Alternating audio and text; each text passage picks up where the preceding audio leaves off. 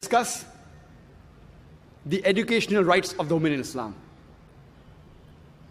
The first guidance revealed by Allah subhanahu wa ta'ala, by Almighty God, to the whole of humankind in His last and final revelation, the glorious Quran, it was not to offer salah, it was not to give charity, it was not to fast, but it was ikra.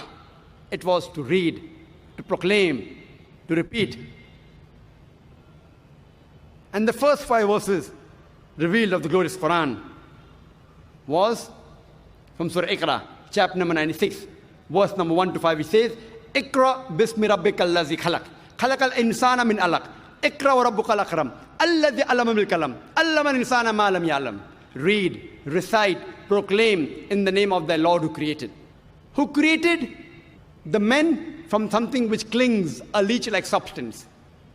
Read in the name of the Lord who is most bountiful, who taught men the use of the pen, who taught men that which he did not know. The first guidance given by Allah subhanahu wa ta'ala in the Quran, it was to read, and it was to both male and female. Our beloved Prophet Muhammad said, it's mentioned in Sahih Hadith of Ibn Majah, Hadith number 224, the beloved Prophet said, Ta'laqul ilm faridatun ala kulli Muslim. It is obligatory on every Muslim, man or woman, to acquire knowledge. The Prophet specially told the parents to educate the children, especially the daughters. It is the duty of the husband to give education to their wife, especially religious education. And if they don't, she has the right to go to the court, to the judge, and demand for it.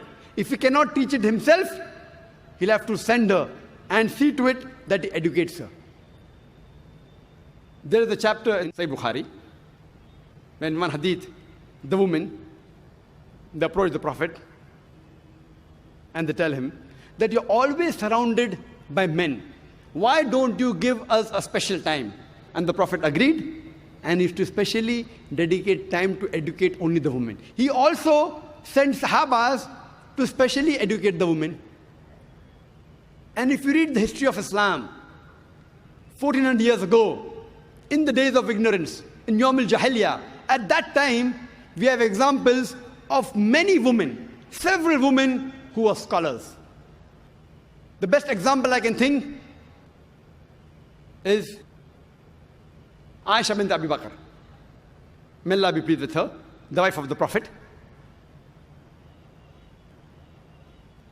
And one of her very famous student by the name of Arwa, may Allah be pleased with her, she says that I have not come across a scholar greater than Aisha, may Allah be pleased with her, in learning of the Quran, in obligatory duties, in lawful and unlawful things, in literature and poetry, in Arabic history and genealogy.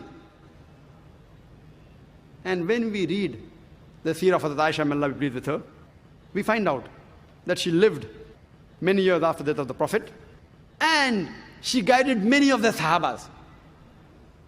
And she even guided all the four Khulafa Rashidin. Many a time when foreign delegations came to the Prophet, and when they discussed medicine, etc., Hazrat Aisha, may Allah be pleased with her, her memory was very good. She used to memorize them. She was also an expert in mathematics. And after the demise of the Prophet, many of the Sahabas came to her, especially while dealing with Mirat, while dealing with inheritance, because she was expert in mathematics. History tells us that she has taught several scholars. She has taught no less than 88 different scholars. So in short, she was a scholar of the scholars. And only on her authority alone, there are no less than 2,210 hadith reported. Only on the authority of Aisha, may Allah be pleased with her. We have the example of Salma, may Allah be pleased with her, who was the wife of the Prophet. And according to Imam an-Nawawi, she was the most intellectual woman amongst the learned women. And according to Ibn Hajar, he calls her as an authority. We have the example of Safiya, may Allah be pleased with her, who was the wife of the Prophet. And Imam an-Nawawi calls her as an intellectual woman. We have the example of Fatima bint Qais, who was one of the Sahabiya of Prophet ﷺ. But she was so learned, and the immense knowledge she had, that once there was a discussion on the issue of fiqh, and she had a point of view, and Hazrat Aisha, may Allah be pleased with her, and Hazrat Umar, may Allah be pleased with him, they objected, but they could not prove her wrong. She was so knowledgeable. We have the example of Sulaim, may Allah be pleased with her, who was the mother of Hazrat Anas, may Allah be pleased with him, who was the famous Sahaba. And according to Ibn Hajar, he says that she was a very intelligent woman. And Imam an-Nawawi calls her as authority. We have the example of Darda, who was the wife of Abu Darda. And Imam Bukhari, in his Sahih Bukhari, he calls her as an authority on the science of hadith. We have the example of Sayyidah Nafisa. Sayyidah Nafisa, she was a scholar, and she taught many students. One amongst her students was Imam Shafi. May Allah have mercy on him. We also have the example of Aisha bint Saad ibn Abi Waqas. She too was a scholar, and amongst her students, one of the students was Imam Malik. May Allah have mercy on him. Rahimullah.